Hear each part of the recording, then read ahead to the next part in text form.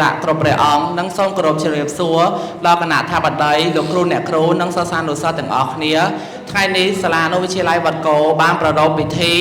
ចែកប័ណ្ណសរសើរជូនដល់សិស្សានុសិស្សដែលមានចំណាត់ថ្នាក់លេខ1ដល់លេខ5ខ្ញុំមុននឹងចាប់ផ្ដើមនៃកម្មវិធីខ្ញុំបាទសូមពិតប្រកេននិងជម្រាបជូនរបៀបវិរៈនៃកម្មវិធីជាមុនសិនរបៀបវិរៈនៃកម្មវិធី1ប្រកាសហេតុ2ប្រកាសសមាជភាពគណៈថាបតី3គោរពទង់ជាតិនិងគោរពវិញ្ញាណក្ខន្ធ4របាយការណ៍សង្ខេបរបស់អ្នកស្រីដោយសុគន្ធាជានាយិកានៃអនុវិទ្យាល័យវត្តគោ5មតិសំណេះសំណាលរបស់លោកអមចៅសង្កាត់6មតិសំណេះសំណាលតំណាងលោកប្រធានការិយាល័យអប់រំក្រុង7ព្រះសង្ឃដីការបស់ព្រះគ្រូហាក់សៀងហៃ8ចែកបានសរសើរនិងរង្វាន់ដល់សិស្សានុសិស្សនិងថតរូបអនុស្សាវរីយ៍ជាកិច្ចបញ្ចប់នៃកម្មវិធី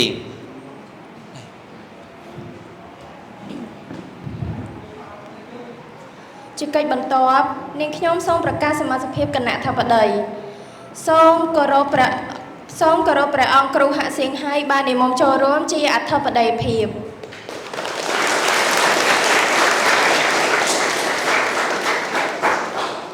សូមគោរពលោកដេតសោភ័ណ្ឌអនុប្រធានការិយាល័យអប់រំក្រុងបានអញ្ជើញចូលរួម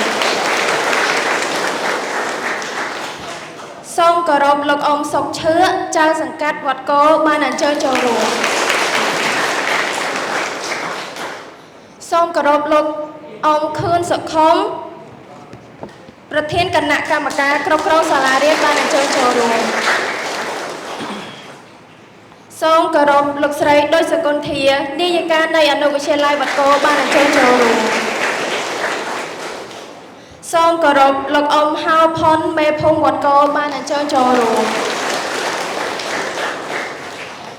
សូមគោរពលោកស្រីប៉ៅសុខេងមេភូមិដំណាក់លួងបានអញ្ជើញចូលរួមសូមគោរពលោកស្រីអឿនសញ្ញាតំណាងអង្គការជំនួយស្ម័គ្រចិត្តដល់កុមារកម្ពុជាអេវិច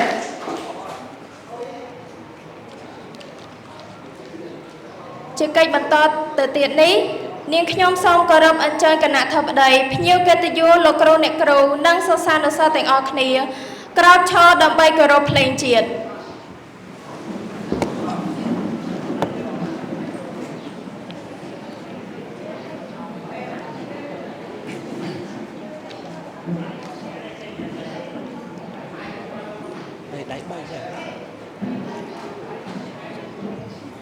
ប្រុងប្រៀបគោរពទង់ជាតិនៃព្រះរាជាណាចក្រកម្ពុជាគោរពសូមពួរទេវតា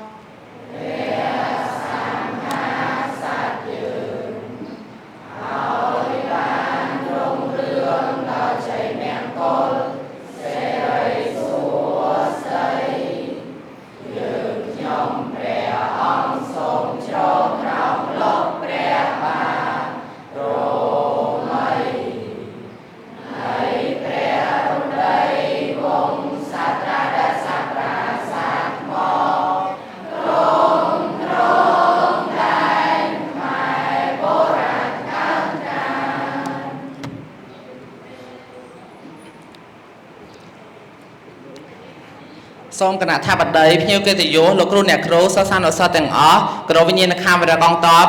គោរព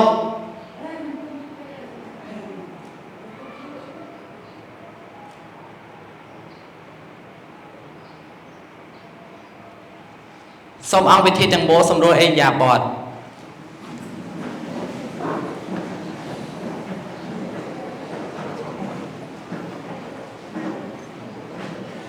ជាកិច្ចបន្តទៅទៀតនេះនាងខ្ញុំសូមគោរពលោកស្រីដូចសកុន្ធាធ្វើរបាយការណ៍ជូនអង្គពិធីសូមអបអរសាទរ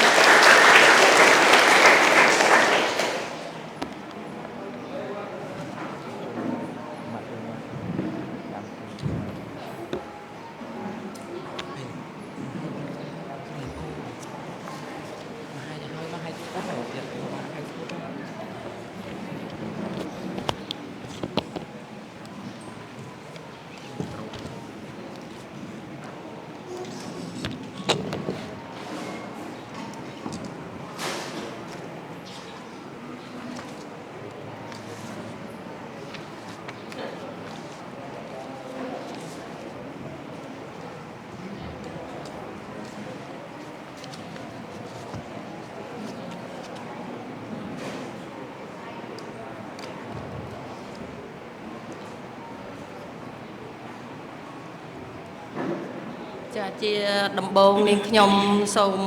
គ្រប់អង្គពិធីទាំងមូលជាទីគោរពសូមក្រាបថ្វាយបង្គំព្រះ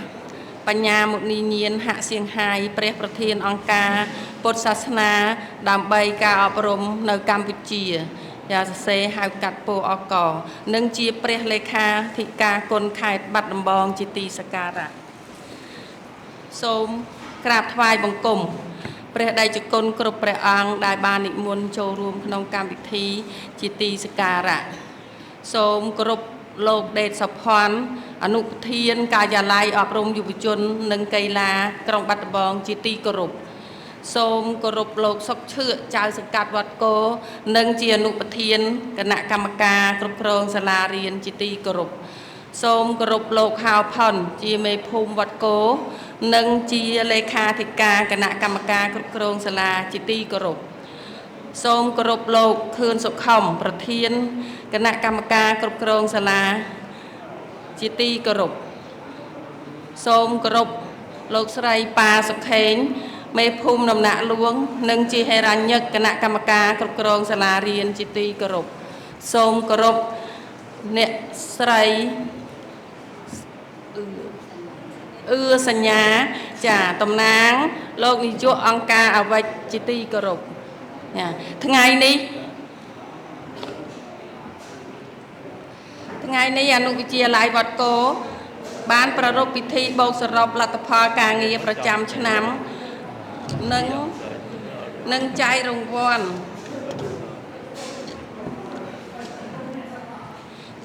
នឹងចែករង្វាន់សិស្សានុសិស្សពីលេខ1ដល់លេខ5ក្រោមអធិបតីភាពព្រះបញ្ញាមុនីញាណហសៀងហាយនិងព្រះដៃជគុណគ្រប់ព្រះអង្គព្រមទាំងភ្ញៀវកិត្តិយសជាទីគោរពជំនួសមុខឲ្យគណៈកម្មការគ្រប់គ្រងសាលាលោកគ្រូអ្នកគ្រូនៃអនុវិទ្យាល័យវត្តគោសារជាថ្មីម្ដងទៀតនាងខ្ញុំសូមគោរពអនុញ្ញាតជម្រាបជូននៅរបាយការណ៍សង្ខេបជ្រាបដូចតទៅ2ស្ថានភាពអគារស្ថិតិថ្នាក់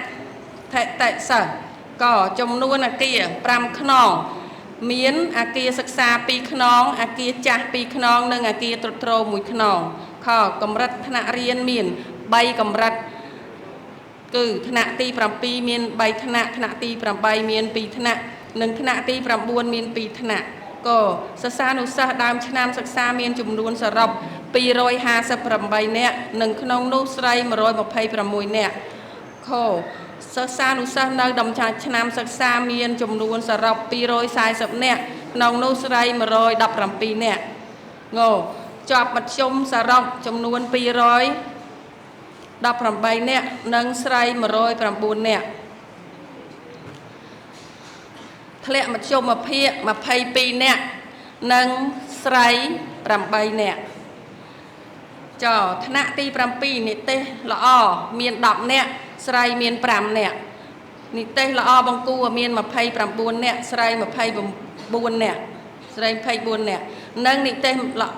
មធ្យមស្រី33នាក់សរុប33នាក់ស្រី14នាក់ថ្នាក់ទី8និទេសល្អមាន19នាក់ស្រី12នាក់និទេសល្អបង្គួរ28នាក់ស្រី14នាក់និទេសមធ្យម37នាក់ស្រី11នាក់ថ្នាក់ទី9ថ្នាក់ទី9និទេសល្អមាន8នាក់ស្រី4នាក់និទេសល្អបង្គួរ20នាក់ស្រី14នាក់និទេសមធ្យម34នាក់ស្រី14នាក់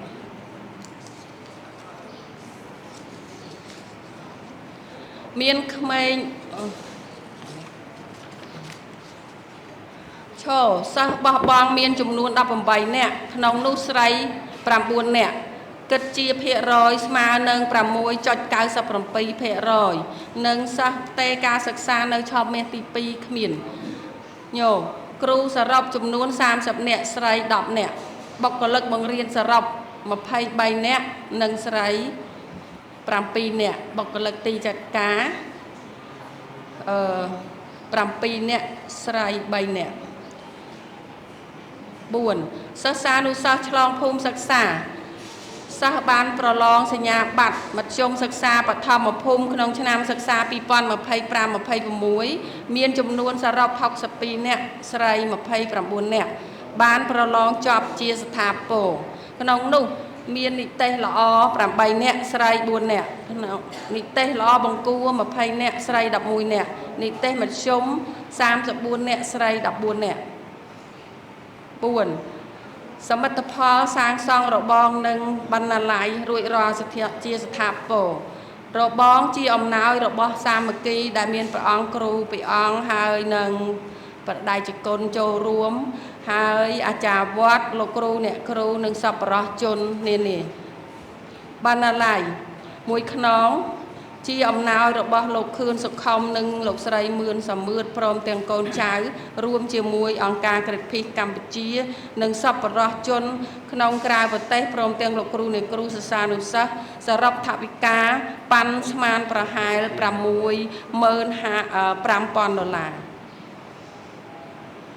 ដំណើរការនៃសាងសង់រួចរាល់ជាស្ថាពរនៅខែមករាឆ្នាំ2026នេះហើយកំពុងបន្តគូរូបខ្លោងទ្វារទន្លេបន្តទៀត5កង្វះខាតបញ្ហាប្រឈមនិងដំណោះស្រាយព្រមទាំងសំណូមពរបញ្ហាប្រឈមខ្វះសៀវភៅសិក្សាគោលភាសាអង់គ្លេសមិនគ្រប់តាមចំនួនសិស្សថវិកាដំណើរការមានភាពយឺតយ៉ាវខ្វះថវិកាប្រើប្រាស់សម្រាប់ទិញសម្ភារៈប្រើប្រាស់និងជួសជុលខ្វះស្លាកសញ្ញាដាក់នៅមុខផ្លូវចូលមកសាលាខាងមាត់ស្ទឹងខ្វះតុកៅអីសិស្សក្នុងបន្ទប់រៀនមួយចំនួនខ្វះផ្លូវបេតុងពីដងទង់ជាតិទៅទល់ខ្លោងទ្វារខាងជើងខ្វះកុំព្យូទ័រសម្រាប់បង្រៀនសិស្សានុសិស្សនៅពេលបណ្ណាល័យធ្វើរួចអគារសិក្សាមានចំនួនមួយខ្នងមានសភាពទ្រុឌទ្រោមខ្លាំងបញ្ហាសំខាន់មួយទៀតមានក្មេងស្ទាវមួយចំនួនបានលួចគាស់ទ្វារបង្អួចសាលាបំផ្លាញទៅយកទឹកកាត់យកក្បាលរ៉ូប៊ីណេស្ពាន់ហែករបងបំផ្លាញតុថ្មនិងបងអង្គុយក្នុងទីធ្លាសាលារៀនសាលាបានរាយការណ៍ជូនលោកអាជ្ញាធរដែនដីដូចជាមេភូមិមេប៉ោះលោកចៅសង្កាត់ដើម្បីដោះស្រាយបញ្ហាដែលកើតមានខាងលើនេះចាវិធានការដំណោះស្រាយឲ្យសិស្សប្រើប្រាស់សៀវភៅអង់គ្លេសជាដៃគូដោយសារសៀវភៅខ្វះអត់គ្រប់អញ្ចឹងនឹងជាក្រុមស្នើសុំខ្ចីថវិកាលោកប្រធានគណៈកម្មការគ្រប់គ្រងសាលារៀនដើម្បីទិញសម្ភារៈនិងរបស់ប្រើប្រាស់ដែលចាំបាច់ពីដើមឆ្នាំនៅពេលដែលលុយមិនទាន់ធ្លាក់មកដល់សំណូមពរដើម្បីជួយសម្រួលដល់ការសិក្សារបស់សិស្សានុសិស្សនិងឆ្លងភូមិសិក្សាទៅបញ្ហាខាងលើជំនួសមកឲ្យគណៈគ្រប់គ្រងលោកគ្រូអ្នកគ្រូសិស្សានុសិស្សនាងខ្ញុំសូមគោរពអនុញ្ញាតស្នើសុំការពិនិត្យលទ្ធភាពដោយជាសៀវភៅអង់គ្លេសការជួយសម្រួលរបស់គណៈធិបតីនិងលោកស្រីជាភ្ញៀវកិត្តិយសនៅទៅបញ្ហាខាងលើដោយសេចក្តីអនុគ្រោះដល់ខ្ពង់ខ្ពស់6ផែនការនិងទិសដៅបន្តសម្រាប់អនុវត្តនៅឆ្នាំសិក្សាថ្មី2026-2027ពង្រឹងការគ្រប់គ្រងឲ្យបានល្អប្រសើរមួយកម្រិតទៀតជំរុញការបង្រៀននិងរៀនឲ្យបានសមស្របតាមគោលវិធីសិស្សមជ្ឈមណ្ឌលព្យាយាមទំនាក់ទំនងល្អជាមួយសហគមន៍សប្បុរសជនអាចារ្យវត្តដើម្បីជួយកសាងនិងជួសជុលបន្តបង្កើននិងដើរតាមចក្ខុវិស័យរបស់សាលាក្រោមការប្រជុំពិភាក្សារបស់បុគ្គលដែលពាក់ព័ន្ធនិងបុគ្គលិកលោកគ្រូអ្នកគ្រូនិងអាជ្ញាធរដែនដីជាទីបញ្ចប់នាងខ្ញុំសូមគោរពថ្លែងអំណរគុណយ៉ាងជ្រាលជ្រៅចំពោះវត្តមានដ៏ខ្ពង់ខ្ពស់របស់ព្រះអង្គគ្រូព្រមទាំងព្រះដៃជគុណគ្រប់ព្រះអង្គគណៈអធិបតីលោកស្រីជាភ្ញៀវកិត្តិយសដែលបានចំណាយពេលដ៏មានតម្លៃនិងមមាញឹកចូលរួមក្នុងពិធីនេះនាងខ្ញុំសូមគោរពប្រទានពរនិងសូមគោរពជូនពរគណៈអធិបតីលោកស្រីជាភ្ញៀវកិត្តិយសនិងកូនសិស្សានុសិស្សទាំងអស់សូមបានជួបប្រទះនៅពុទ្ធពរ9ប្រការ គឺអាយុវណ្ណៈសុខៈពលៈកំបីឃ្លៀងគៀតឡើយសូមអរព្រះគុណនិងសូមគោរពអរគុណ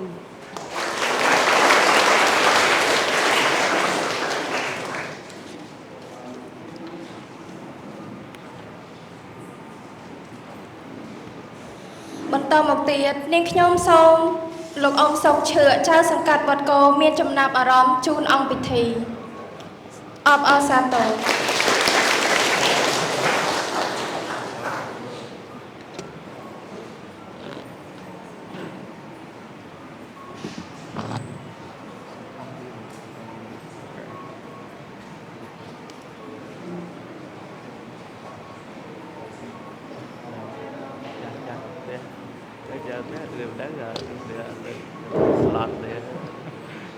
เก็บทอม เก็บทอมโบดอัดจอบกันได้ยังกันไปยังอัดลืมไปยังเก็บทอมខ្ញុំករណាខ្ញុំសូមក្រាបថ្វាយបង្គំដៃបង្គំហាក់សៀងហៃនាយកពលកជាទីគោរពសក្ការៈដល់គង់ពោះនិងសូមក្រាបថ្វាយបង្គំប្រកាសណាគ្រប់ព្រះអង្គដែលមានវត្តមាននៅទីនេះនិងសូមជម្រាបសួរគណៈអធិបតីថ្ងៃនេះជាកិត្តិយសដោយអនុប្រធានការិយាល័យអប់រំក្រុងបានអញ្ជើញចូលរួមអរលោកស្រីជាមេដាបិតាសិស្សលោកគ្រូអ្នកគ្រូនិងសិក្សានិស្សិតទាំងអស់ដែលបានមានវត្តមាននៅក្នុងថ្ងៃនេះជាទីគោរពរាប់អានក្នុងនាមរដ្ឋបាលសង្កាត់ខ្ញុំមានកិត្តិយសចូលរួមក្នុងថ្ងៃចែកអំណោយសិស្សសម្រាប់ឆ្នាំ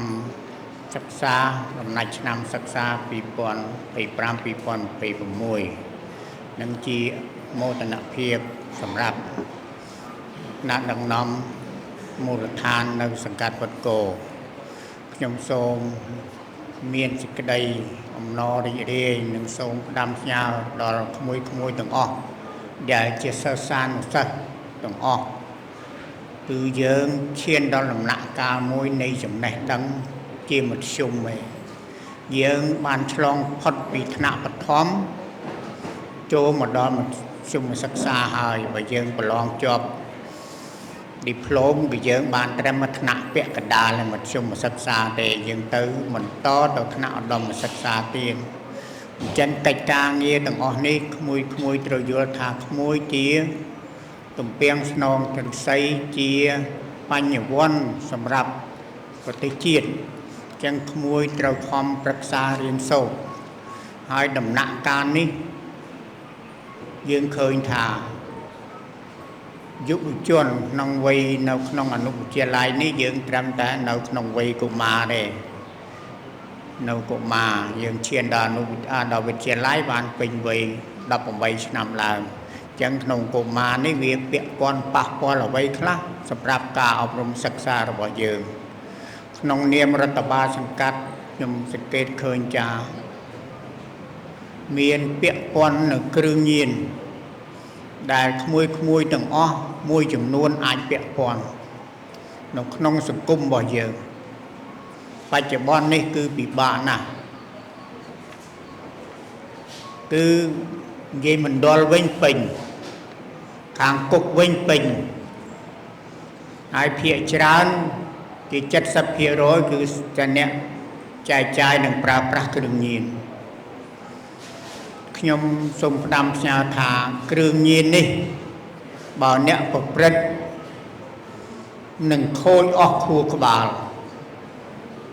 យើងត្រូវដឹងថាមកពីដើមតម្លៃដូចមាសអ្នកជក់មកជក់អាភៀនពីដើមតែអ្នកមានមកទៅជក់ដល់យើងលិចទៅជាអ្នកក្រជក់ដោយសារឆ្នាំនេះវាថោកមកនេះវាថោកអាមកទឹកកកនេះថោកណាស់គេយកមកលាយសពបែបយ៉ាង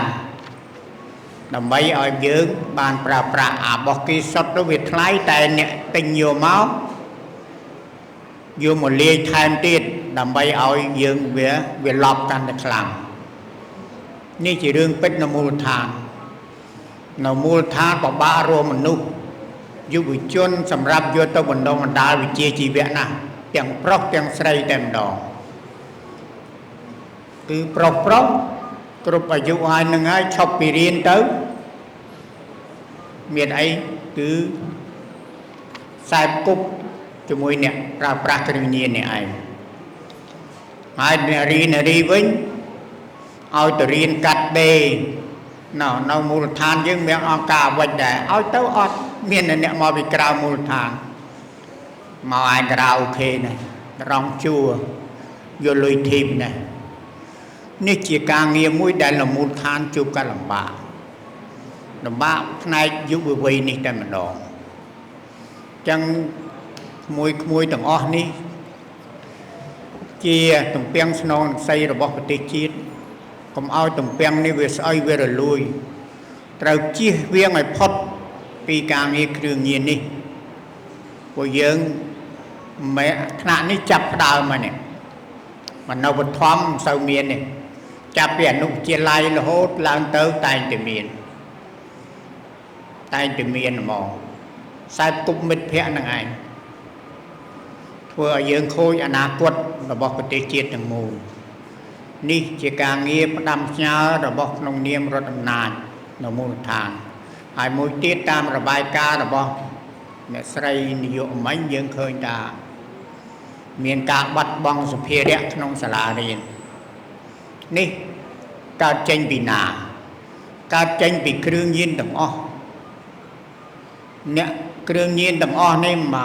មកយប់ថ្ងៃដេកយប់ដើររោធ្វើម៉េចឲ្យបានលុយកម្រៃបានតែមួយហឺតមួយគ្រាប់នេះអស់ចិត្តហើយអញ្ចឹង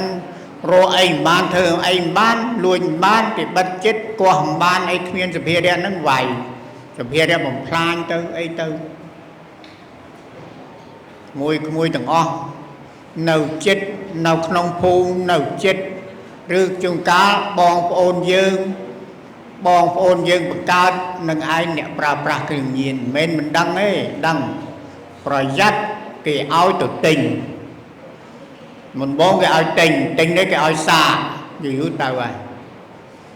គ្រឿងញៀននេះមិនអាចបំបត្តិបានដោយសារអ្វីទេក្រៅពីអត់បើយើងជាប់ជំពាក់នឹងហើយវិធីមួយយ៉ាងដែលជាបានគឺអត់លែងប្រើប្រាស់ទៀតហើយយកទៅមណ្ឌលនៅមូលដ្ឋានយកទៅមណ្ឌលច្រើនណាស់ដាក់ត្រឹម6ខែមកវិញអមិត្តភក្តិគេបាត់យូរហើយឥឡូវដាក់តែមួយហឺតលប់លើដើមលប់ជាងគ្រុនចាញ់10ដងនេះជាការងារមួយដែលមូលដ្ឋានជួបពិនិត្យឃើញហើយជួបប្រទះហើយខ្ញុំធ្លាប់រៀនត្រឹមសូត្រនៅជំនាញខាងនៅការផ្សព្វផ្សាយពីគ្រឿងញៀននេះគឺអញ្ចឹងគឺអត់លះបង់បានអ្នកលះបង់គឺកិច្ចចេញហ្មងឃើញតែអ្នកនឹងមិត្តភក្តិមកដេញចេញហ្មងទាំងឪពុកទាំងម្ដាយត្រូវតែដេញចេញហើយយើងជិះឲ្យផុតលែងប្រើប្រាស់ទៅអានឹងបាត់ហើយនឹងគ្រឿងញៀនសម័យមុនមកពីថៃតែអាម៉ាទឹកកកនេះខូចខួរក្បាលហ្មងតែអត់ងាយឡើងទេបើដើរចង្អុលមេឃឲ្យជាប់ហ្មងនេះខ្ញុំសូមផ្ដាំផ្ញើប៉ុណ្ណឹងកិច្ចការងារទាំងអស់នេះដែលមូលដ្ឋានជួបប្រទះហើយដោះស្រាយមិនចេញដោះអត់ចេញទេចាប់បានយកទៅមណ្ឌលគេទារលុយទៀតមណ្ឌលគេថាពេញឲ្យលុយឥឡូវនេះខ្ញុំនៅក្នុងថ្នាក់សង្កាត់នឹងត្រូវចេញអង្គក្នុងក្រុងបាត់ដំបងនឹងជូនទៅមណ្ឌលសំចតនឹងមកសង្កាត់គោលការណ៍របស់គេមកតោនកដើម្បីជួយឧបត្ថម្ភអ្នកដែលយកអ្នកគ្រឿងញៀននឹងទៅផ្ញើគេនោះនឹងមួយឆ្នាំមកយើងរេគ្នា10សង្កាត់ទៅតាមលេខរៀងនឹងទៅនឹងចូលរួមអញ្ចឹងព្រោះខាងនោះវាអត់ជួនកាលយកទៅមនុស្សច្រើនរបបរដ្ឋមិនគ្រប់នេះសូមផ្ដាំផ្ញើអញ្ចឹងសូមក្មួយទាំងអស់ប្រឹងប្រែងមែនទែនព្រោះដំណាក់កាលយើងនេះទឹកបើចំណេះដឹងវិញបើជាប់ឌីប្លូមបានតែ 50% ទេនៅ 50% ទៀតដែលក្មួយទាំងអស់ត្រូវបន្តមានន័យយើងរៀន9ឆ្នាំហើយ ថែម9ឆ្នាំទៀតបានមានចំណេះដឹងគ្រប់គ្រាន់ក្នុងការងាររកការងារធ្វើអញ្ចឹងធ្វើម៉េចរៀនឲ្យចេះរៀនឲ្យចប់រកការងារធ្វើបាននេះជាការងារមួយដែលមួយទាំងអស់ត្រូវសង្កេតមើលអ្នកដែលគេរៀនបកកែគេអ្នកធ្វើម៉េចនឹងប្រឹងរៀនដល់ម៉េចទៅតាមសង្គមទៅតាមអ្នកដែលគេរៀនល្អកុំទៅតាមអ្នកដែលមិនល្អដែលប្រើប្រាស់គ្រឿងញៀនមានតែគ្រឿងញៀនមួយទេដែលលំបាកក្នុងប្រទេសទូទាំងប្រទេសហ្មងមិនមែនថាយើងមិនស្គាល់មុខសញ្ញាទេតែចាប់ទៅវាយកទៅដាក់មណ្ឌលថាពេញទាំងអស់អញ្ចឹងវាពិបាកណាស់នៅមូលដ្ឋានរឿងនេះចឹងខ្ញុំករណីខ្ញុំមានមតិចូលរួមផ្ដាំផ្ញើប៉ុណ្ណឹងសូមសិទ្ធិពរដល់ប្រកាសណាគ្រប់ព្រះអង្គមានចំណេះដឹងដើម្បីបង្រៀនដល់ក្មួយចៅទាំងអស់ក្នុងមូលដ្ឋានវត្តគោឲ្យខ្ញុំសូមថ្លែងអរគុណដល់បដិគុណហាក់សៀងហាយដែលយក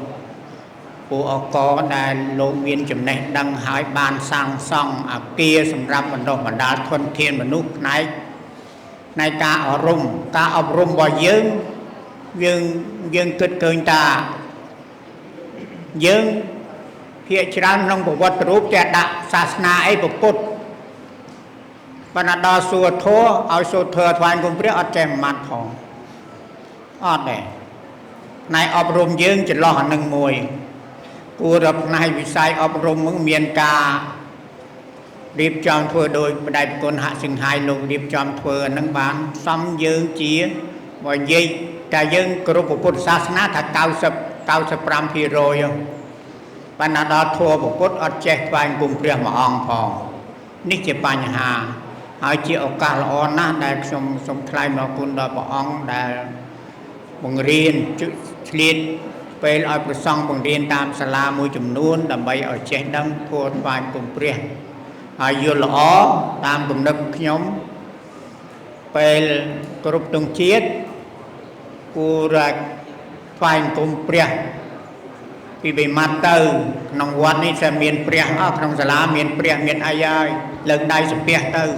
ជាគុណប្រយោជន៍គុណបំណាច់របស់យើងដែលគោរពព្រះពុទ្ធសាសនាបានបុណ្យបានកុសលធម៌មិនបានវែងក៏ខ្លីទៅធ្វើម៉េចសង្ខេបមិនឲ្យបានខ្លីលើកដៃសំពះទៅរកព្រះពុទ្ធដើម្បីនឹកគុណដល់ព្រះពុទ្ធដល់ព្រះសម្មាសម្ពុទ្ធសមនឹងយើងដែលជាព្រះពុទ្ធសាសនាជាពុទ្ធសាសនិកជននៅក្នុងប្រទេសដែលយើងដែលយកសាសនាជាសាសនាពុទ្ធជាសាសនារបស់រដ្ឋនឹងសូមដាំផ្ញើអញ្ចឹងសូមឲ្យក្មួយទាំងអស់រៀនធម៌នឹងផងចេះធម៌នឹងផងហើយក្នុងចំណោមនេះមានណាបានទៅរៀននៅកន្លែងដៃប្រគុណទេលើកដៃមើលមានម៉ាអ្នកទៅរៀននៅនឹងមានទេលើកពោះមើលនេះរៀនមើលមានម៉ាអ្នកបានទៅរៀននៅកន្លែងពួកអកនឹងឲ្យមានតិចដែរនៅក្នុងបឋមដោយបានទៅច្រើនពួកអកទៅរៀននៅនោះបានម៉ាអ្នកដែរដៃមើលនឹងដៃយកមែនតើមកដល់ពេលយើងនឹងហើយបានតិចតួចទេឥឡូវសុំជំរុញឲ្យបានទៅរៀននឹងឲ្យបានច្រើនតទៅទៀតខ្ញុំករណីខ្ញុំមានមតិចូលរួមនឹងសូមជូនពរមួយទាំងអស់ខំប្រឹងរៀនហើយនឹងឲ្យបានជោគជ័យក្នុងកិច្ចការងារសិក្សារបស់មួយទាំងអស់សូមអរគុណ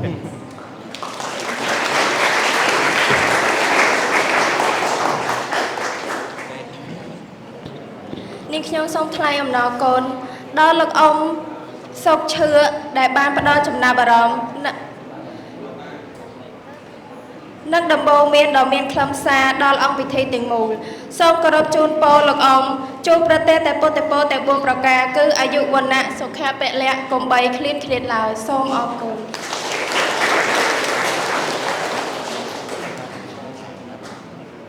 បន្តមកទៀតនាងខ្ញុំសូមលោកដេតសោភ័ណ្ឌអនុប្រធានការិយាល័យអប់រំក្រុងបាត់ដំបងមានចំណាប់អារម្មណ៍ជូនអង្គពិធីសូមអរគុណ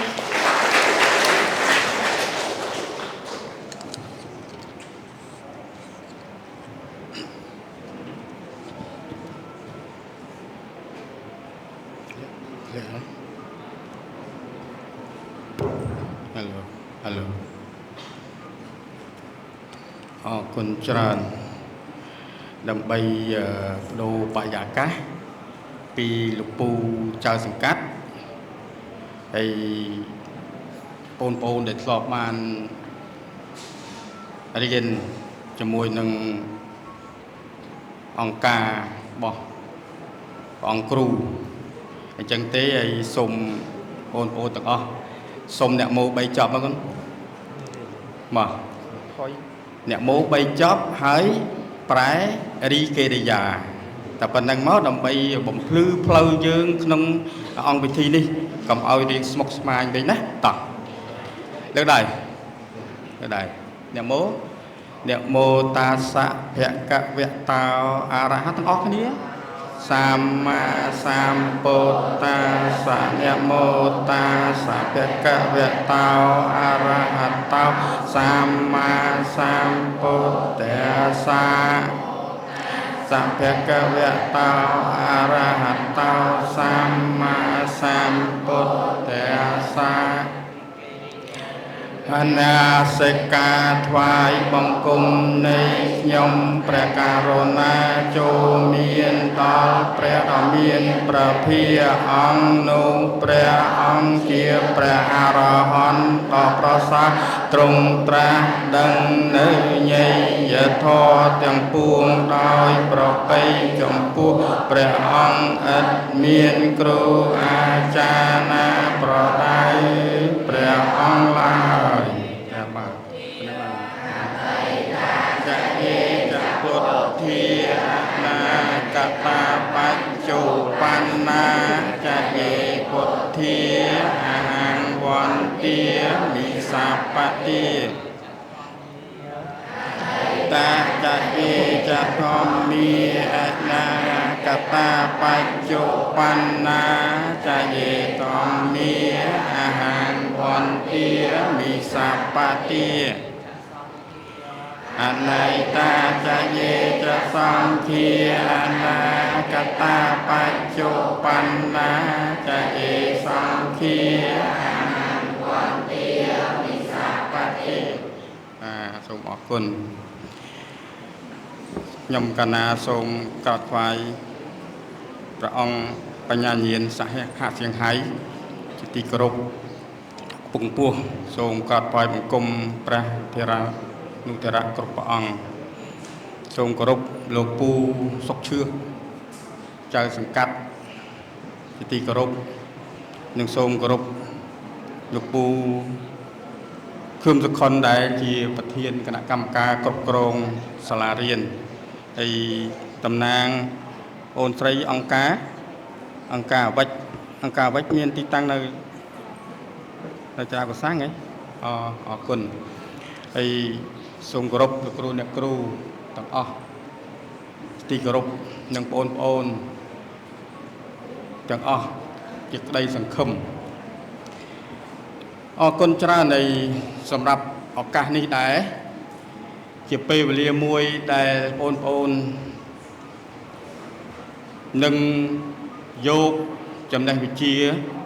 ដើម្បីសិក្សានៅឆ្នាំបន្ទាប់កាលនេះគឺកាលដែលសាលាធ្វើពិធីបូកសរុប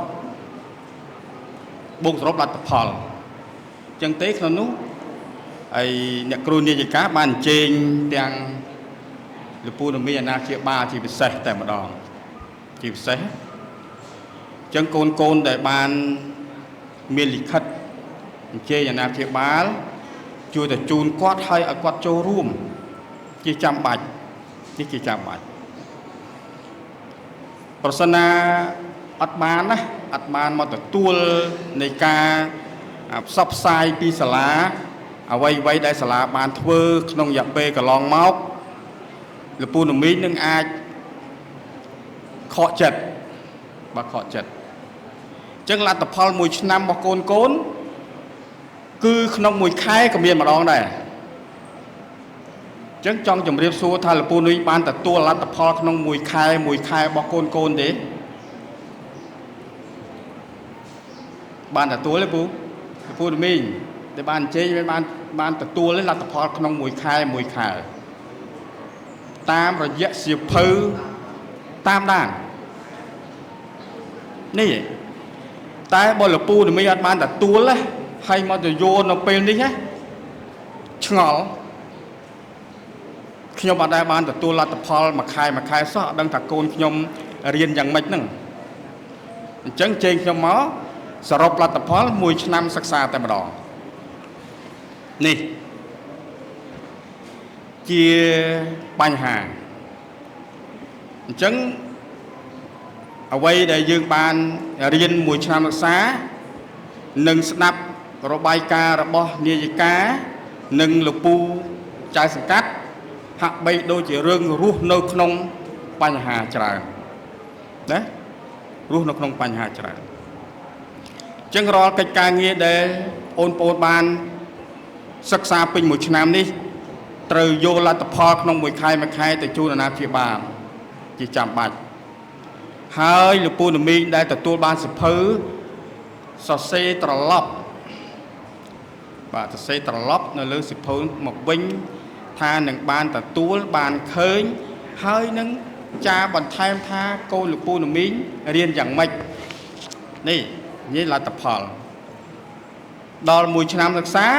យើងមានសិភៅបញ្ចប់មួយទៀតឲ្យកូនបីបូកបន្ទុក1ឆ្នាំហ្នឹងបាទជាកិច្ចការតាមដានទៅលើការសិក្សារបស់លោកពូនាមីងលើកូនហ្នឹងជាការចាំបាច់បើសិនណាលោកពូនាមីងអត់ធ្វើអាហ្នឹងតិចទេចាំឲ្យសាលាតែម្ដងណាសាលាមានពេលតិចណាស់ឡាមានពេលតិចណាស់អញ្ចឹងមានតែលោកពូនាមីងជួយកែតម្រូវកូនតាមរយៈសិភៅនេះឯងបាទក្នុងរបាយការណ៍របស់និស្សិតនាយិកាបើគិតទៅសឹងតែ 90% សិស្ស200ជាងអ្នកជាប់200ជាងភាគរយគិតភាគរយជាប់ 90% បាត់ហើយអញ្ចឹងណាតិចហើយមធ្យមភាគនោះដូចជាមានតិចដែរប៉ុន្តែខ្ញុំចាប់អារម្មណ៍មួយទៅលើបងប្អូនដែលធ្លាក់រៀនយឺតរៀនខ្សោយបងប្អូននេះជាបញ្ហាការសិក្សាគឺផ្អែកលើលទ្ធផលនេះឯងក្នុងបងប្អូនដែលជាប់ចំណាត់ថ្នាក់ពីលេខ1ដល់លេខ5តើបងប្អូននៅមានចំណុចត្រង់ណាខ្លះដែលបងប្អូននៅខ្វះអញ្ចឹងមិនមែនលេខ1នឹងបងប្អូនperfect ទាំងអស់ទេអត់ទេអញ្ចឹងមាននៅមុខវិជ្ជាណាមួយដែលបងប្អូនខ្សោយអញ្ចឹងបងប្អូនទៅមើលអានឹងឡើងវិញហើយនឹងបន្តប្រឹងប្រែងមុខវិជ្ជានឹងឡើងវិញចំពោះសិស្សដែលរៀនយឺតសូមឲ្យលោកគ្រូអ្នកគ្រូជួយវាមិនយើងអាចមានម៉ោងបន្ថែមនៅក្នុងពេលកាលវគ្គកងនេះអាចជួយគាត់ក្នុងរយៈពេល1ម៉ោងទៅនឹងបើគាត់រៀនយឺតតែបើរៀនអត់រៀនតែម្ដងខ្ជិលរៀនលោកគ្រូអត់ជួយបានទេបាទលោកគ្រូអ្នកគ្រូអត់ជួយបានទេតែបើរៀនយឺតអាចជួយបានតែបើខ្ជិលរៀនអត់ជួយបានទេហើយខ្សោយសិស្សដែលខ្សោយអញ្ចឹងវាមាន3អាក្នុងហ្នឹងធ្លាក់ដោយសារអីធ្លាក់ជុំពាក្យដែលនេះការបានបង្ហាញមិញរបាយការណ៍រៀនយឺតបាទហើយនឹងសិស្សខ្សោយតែម្ដងនៅតាមគោលការណ៍របស់ក្រសួងអប់រំគឺឲ្យមានការបំពន់បន្ថែមទៅលើសិស្សដែលរៀនយឺតនេះបាទសិស្សដែលរៀនយឺតនេះសាលានោះជាឡាយវត្តគោគឺជាសាលាមួយដែលស្ថិតនៅក្នុងកែវភ្នែករបស់ក្រសួងអប់រំដែរដែលទៅលើសាលាល្អនាយកល្អគ្រូល្អនៅក្នុងនោះអញ្ចឹងទេប្រសិនណាបើការសិក្សានេះវាភាគរយកើនហើយនឹងអាធ្លាក់ហ្នឹងក៏វាកើនអានឹងមិនអាចទេចាវាអាចคล้ายទៅជាសាលាស្តង់ដារទេដោយសារការសិក្សាហ្នឹងវាមានអាភាគរយនឹងធ្លាក់ច្រើនពេកបាទអញ្ចឹងទេ ដើម្បីតបស្នងសងទៅលើអាកាសានេះឲ្យបានលទ្ធផលមានតែបន្ថែមទៅលើម៉ោងបីបងប្អូនមួយទៀតប្រសាសន៍របស់ចៅសង្កាត់បានផ្ដាំទៅលើបងប្អូនអានេះជាបញ្ហាសង្គមអញ្ចឹងទេយើងទាំងអស់គ្នារស់នៅក្នុងបញ្ហាតើអ្នកណាអ្នកដោះស្រាយបញ្ហានេះអញ្ចឹងមុននឹងឈានទៅដល់សង្គមគឺយើងនេះឯងខ្លួនឯងតាមរយៈអាណាព្យាបាលសាលារៀនជាកត្តារួមផ្សំដើម្បីកែច្នៃនៅបញ្ហាដែលយើងរស់នៅក្នុងសង្គមនឹងវាមានចឹងទេបងប្អូនកុំទៅបៀតបៀនឲ្យសោះបញ្ហាដែលលោកពូចៅសង្កាត់បានជម្រាបថាបញ្ហាថ្នាំញៀនតែម្ដងបាទនិយាយឲ្យចំគឺថ្នាំញៀនតែម្ដង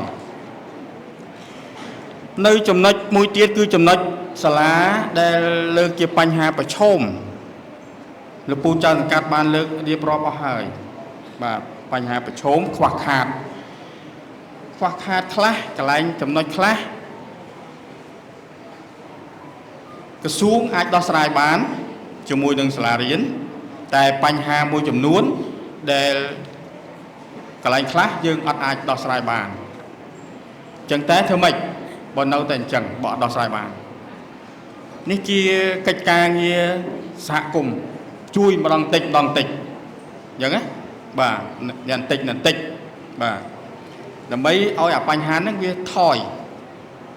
ឲ្យកើនច្រើនពេកមួយទៀតអ្នកគ្រូសុំសភៅភាសាអង់គ្លេសហ្នឹងណាសភៅហ្នឹងបាទភាសាគោលយើងតើដែរបានទេ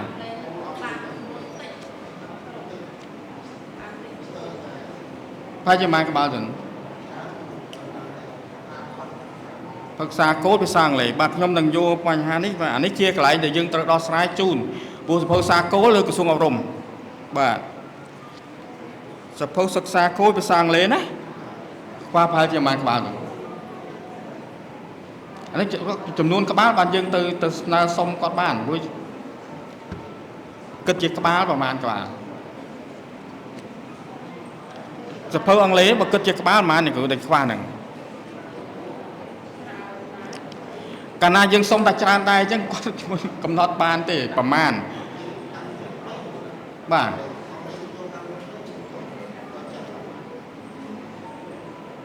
មានកម្មវិធីថ្មីអញ្ចឹងណាឥឡូវចាំមើលខ្ញុំទៅពិភាក្សាគ្នាណា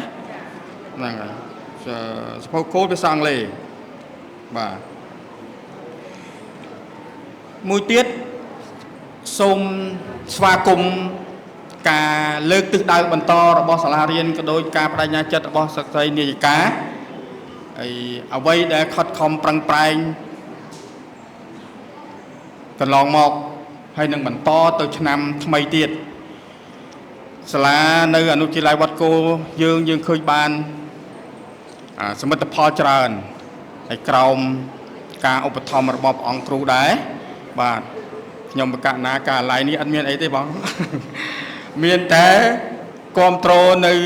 គោលការណ៍សាលារៀនដែលបានធ្វើតែប៉ុណ្្នេះឯងឯសម្ភារៈផ្សេងដូចជាមានស្នើតាមរយៈក្រសួងតែប៉ុណ្ណឹងទេឲ្យមានថវិកាជួយសាលាហ្មងដូចអត់មានលីងតែម្ដងបាទអត់មានទេបាទថវិកាចូលជាបច្ច័យឬក៏តិចតួចតាមសាលារៀនគឺថវិកាផ្ទាល់ខ្លួនតែម្ដងបាទអញ្ជើញមកនេះអត់មានរៀងលេខឃ្លាដែរចូលគ្រប់កម្មវិធីកន្លែងខ្លះទៅក៏មានជាប់កប៉ៅទៅក៏តិចតួចទៅកន្លែងខ្លះទៅក៏អត់ទៅក៏យើងអោនមុខតិចទៅបាទដែរអញ្ចឹង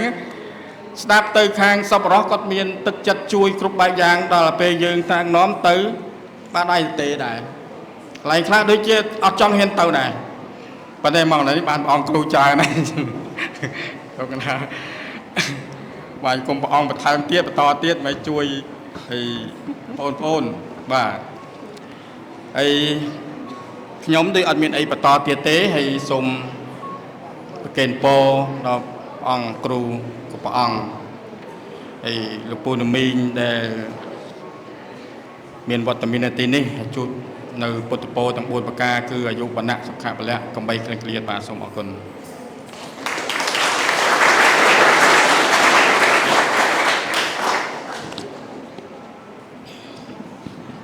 សូមថ្លែងអំណរគុណលោកដេសោភ័ណ្ឌដែលបានផ្ដល់ចំណាប់អារម្មណ៍និងដំបូន្មានដ៏មានខ្លឹមសារដល់អង្គពិធីទាំងមូលសូមជូនពរលោកដេសោភ័ណ្ឌជួបតែប្រទេសតែពុទ្ធពរទាំង4ប្រការគឺអាយុវណ្ណៈសុខៈពលៈកំបីគ្លៀងគ្លាតឡើយសូមអរគុណជាកិច្ចបន្ទាប់នាងខ្ញុំសូមគោរពអញ្ជើញព្រះអង្គគ្រូអញ្ជើញសូមនិមន្ត